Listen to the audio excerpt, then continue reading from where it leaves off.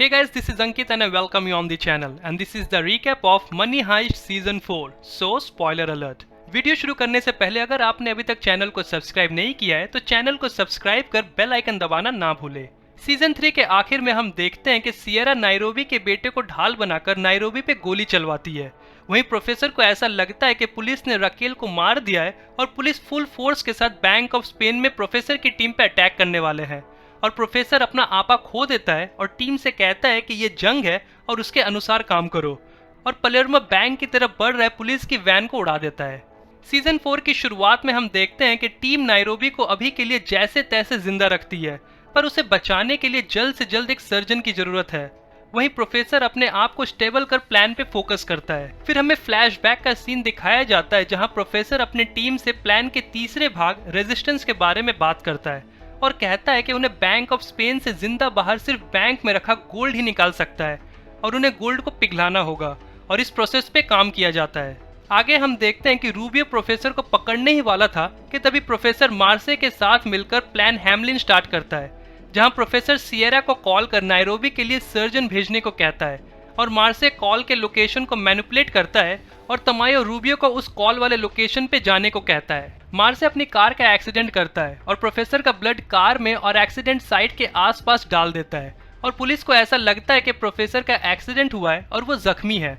और police professor की तलाश में लग जाते हैं। टोक्यो वर्चुअली पाकिस्तान में डॉक्टर अहमद के इंस्ट्रक्शंस के अनुसार नायरोबी की सर्जरी करती है और टोक्यो पूरे ऑपरेशन का चार्ज ले लेती है और ये देख पलेर्मो सब कुछ छोड़ ब्रीफकेस में गवर्नमेंट सीक्रेट के साथ भाग रहा होता है और वो सीक्रेट्स पुलिस को सौंप अपने लिए एक डील क्रैक करना चाहता है ताकि वो खुद को सिक्योर कर सके। पर हेलसिंकी पलेर्मो को पकड़ लेता है और उसे बांध कर रखा जाता है। मार्से फिर प्रोफेसर को पिकअप करता है और आगे के प्लान के लिए प्रोसीड करता है और रकेल को बैंक ऑफ स्पेन के बाहर पुलिस के टेंट में लाया जाता है और सियरा उसे प्रोफेसर का प्लान और उसका पता बताने के लिए उसे इमोशनली ब्लैकमेल करती है। आगे हम देखते हैं कि टोक्यो प्रोफेसर को कॉल कर पलेर्मो के बारे में बताती है और ये भी कहती है कि जो कि प्रोफेसर ने रकेल को मरते हुए नहीं देखा, ना ही उसकी डेड बॉडी देखी और न्यूज़ में भी रकेल के बारे में कुछ नहीं दिखाया जा रहा। तो ऐसा हो सकता है कि रकेल जिंदा है और प्रोफेसर को अंदाजा हो जाता है कि रकेल को इंटरोगेट किया जा रहा है। फिर हम देखते हैं कि प्रोफेसर और मार्से मास्क पहनकर बैंक ऑफ स्पेन के बाहर पहुंचते हैं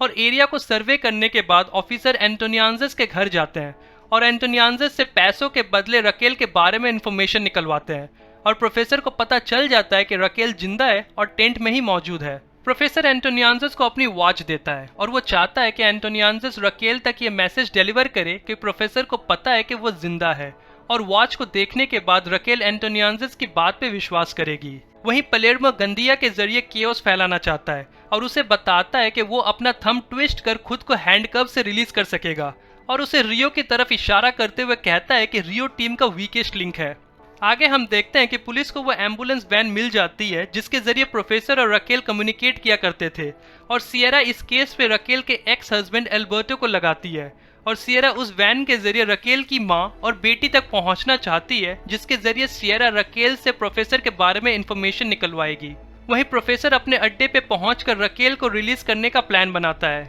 एल्बर्टो को वैन से एक हाफ बर्न्ड सिम कार्ड मिलता है जिसके जरिए वो पता लगा लेता है कि रकेल की मॉम और उसकी बेटी इंडोनेशिया में है और सियरा ये बात रकेल को बताती है और चाहती है कि वो प्रोफेसर का पता बताए जिसके बदले वो रकेल को उसकी मॉम को इंडोनेशिया से निकालने का मौका देगी और उसे भी तुरंत रिलीज कर दिया जाएगा। और रकेल सियरा के ऑफर को एक्सेप्ट करने ही वाली थी कि तभी एंटोनियानज़स वहां पहुंचता है और उसके हाथ में प्रोफेसर की वॉच देख रकेल सियरा के ऑफर को रिजेक्ट कर देती है। वहीं टोक्यो पलेर्मो तक ये मैसेज डिलीवर करता है कि रकेल जिंदा है और पलेर्मो दोबारा से प्लान का हिस्सा बनने के लिए खुद को इंचार्ज बनाना चाहता है जिसके लिए वो गंदिया को इंस्टिगेट करता है कि वो अपने आप को रिलीज करे।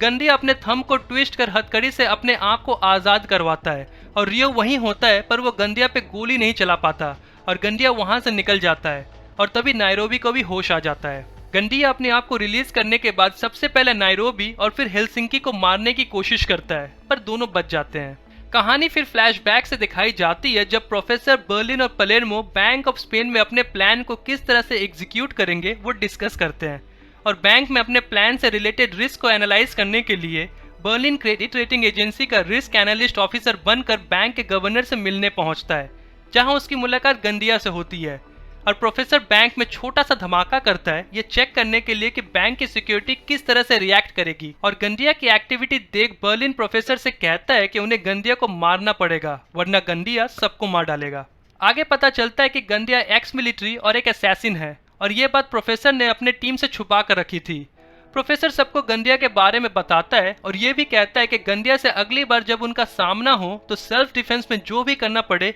बिना हिचकिचाहट के वो करे, क्योंकि गंडिया उन्हें मारने के लिए बिल्कुल भी नहीं हिचकिचाएगा। प्रोफेसर फिर सियरा को कॉल कर पुलिस के तरफ से किसी भी तरह के अटैक को ना करने की एग्रीमेंट करने को कहता है, वरना वो प्रेस को बता देगा कि पुलिस ने रकेल का फेक एनकाउंटर किया और उसके अरेस्ट को रिकॉर्ड नहीं किया गया है। और फिर सियरा प्रेस में कबूल करती है कि पुलिस बैंक ऑफ स्पेन में अटैक नहीं करने वाली। पूरी टीम गंडिया को ढूंढने में लग जाती है और गंडिया बैंक के सीसीटीवी कैमरा को डिस्कनेक्ट कर देता है और फिर पैनिक रूम में पहुंचकर इंटरनल सिक्योरिटी और सर्विलेंस के जरिए सब पे नजर रखे हुए है। गंडिया फिर टमायो को कॉल कर उसे आगे के इंस्ट्रक्शंस पूछता है, पर टमायो गंडिया से कुछ भी करने से मना करता है क्योंकि उन्होंने बैंक में अटैक न करने की बात को कबूला है। पर अनऑफिशियली टमायो गंडिया को प्रोफेसर के टीम को मारने के ऑर्डर्स देता है। एंटोनियानज़ सारी बात सुन लेता है और प्रोफेसर को पैनिक रूम और गंडिया को दिए टमायो के ऑर्डर्स के बारे में बताता है। प्रोफेसर तुरंत टोक्यो को कॉल कर गंडिया की एक्टिविटी के बारे में बता ही रहा होता है कि तभी गंडिया टोक्यो पे वार कर उसे बंदी बना लेता है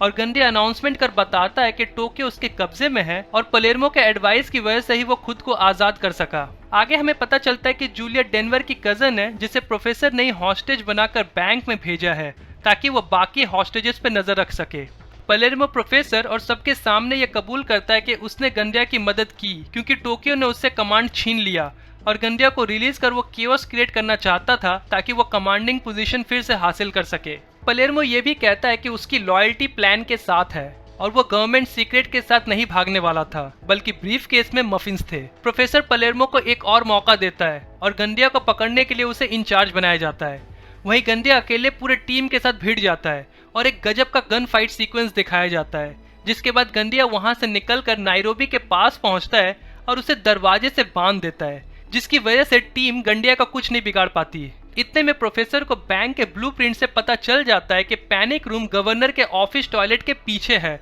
और वो ये बात पलेर्मो को बताता है। प्रोफेसर फिर पाकिस्तान में अपने टीम मेंबर शकीर को उस प्लेन का पता लगाने के लिए कहता है जिसमें रियो को स्पेन लाया गया था और प्रोफेसर ये भी जानना चाहता है कि वो प्लेन कहाँ से उड़ा था और शकीर बताता है कि वो प्लेन अल्जीरिया के एटलस माउंटेन के विलेज से उड़ा था। प्रोफेसर फिर शकीर से ये पता लगाने के लिए कहता है कि जिस कार में रियो को प्लेन तक लाया गया था उस कार ने रियो को कहां से पिकअप किया था और प्रोफेसर मार्से को अल्जीरिया भेजता है। वहीं दूसरी तरफ पुलिस ने नायरोबी से कम्युनिकेट करने के लिए जो मोबाइल भेजा था पकीटा उस मोबाइल को आर्टुरो को दे देती है और मिगेल की मदद से आर्टुरो पुलिस तक ये मैसेज सेंड करता है कि प्रोफेसर की पूरी टीम गंडिया को हैंडल करने में बिजी है और हॉस्टेजेस के निगरानी के लिए सिर्फ एक बंदा है, जिसके बाद टमाया हुआरेस की टीम को बैंक के अंदर भेजने वाला है। आगे हम देखते हैं कि गंडिया नायरोबी को ढाल बनाकर बाहर निकलता है और फिर नायरोबी को मार देता है, जिसके बाद डेनवर ग्रेनेड से गंडिया पे वार करता है और गंडिया पैनिक रूम तक पहुंच जाता है पर वो बुरी तरह जख्मी है। वहीं दूसरी तरफ एंटोनियानज़ प्रोफेसर को कॉल कर बताता है कि पुलिस गंडिया से कोऑर्डिनेट करने के बाद बैंक पे अटैक करने वाले हैं। पलेर्मो, हेलसिंकी और बोगोटा पैनिक रूम का पता लगा लेते हैं और प्रोफेसर पलेर्मो से सारे केबल्स काटने के लिए कहता है ताकि गंडिया किसी भी तरह से पुलिस से कम्युनिकेट ना कर सके। गंडिया से कम्युनिकेट ना होने के बाद पुलिस बैंक पे अटैक करने ही वाली थी कि तभी प्रोफेसर नायरोबी की बॉडी को कॉफिन में बाहर निकालता है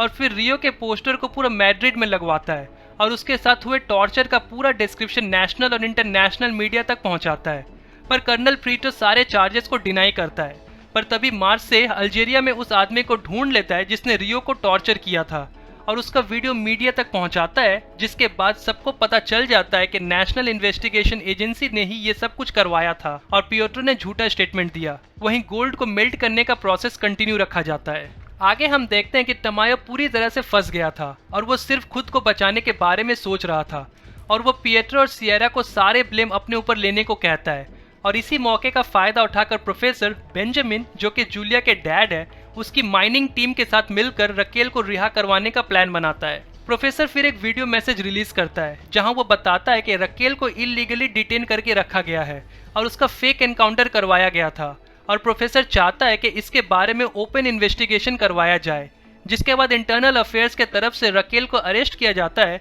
और उसे टेंट से बाहर निकाला जाता है। वहीं दूसरी तरफ टोक्यो को पैनिक रूम से बाहर निकाला जाता है और गंदिया को बंदी बनाया जाता है और उसकी मरहम पट्टी की जाती है, क्योंकि प्रोफेसर के ऑर्डर्स है कि गंदिया को जिंदा रखना होगा, क्योंकि आगे का प्लान उसके इर्द गिर्द है। सियरा को मीडिया के सामने स्टेटमेंट देने के लिए बुलाया जाता है और वो अपना जुर्म कबूल करती है और ये भी बताती है कि ये सब उसने टमायो और गवर्नमेंट के ऑर्डर्स के अनुसार किया। प्रोफेसर रकेल को कोर्ट के गराज पार्किंग से रिलीज करवाने वाला है, जिसके लिए वो बेंजामिन के माइनिंग टीम को एक चाइनीज रेस्टोरेंट से कोर्ट के पार्किंग तक एक टनल डग करने को कहता है। आगे हम देखते हैं कि सियरा उस मोमेंट को रियलाइज करती है जब रकेल उसके ऑफर को एक्सेप्ट करने वाली थी, पर फिर वो अपना इरादा बदल देती है और उसे पता चल जाता है कि एंटोनियानज़स प्रोफेसर के साथ मिला हुआ है। टमायो फिर सियरा का अरेस्ट वारंट निकालता है, पर सियरा अपना हुलिया बदलकर एंटोनियानज़स के जरिए प्रोफेसर की तलाश में लग जाती है और सीसीटीवी फुटेज के जरिए उसे पता चल जाता है कि प्रोफेसर और मार्से एंटोनियानज़स से मिलने पहुंचे थे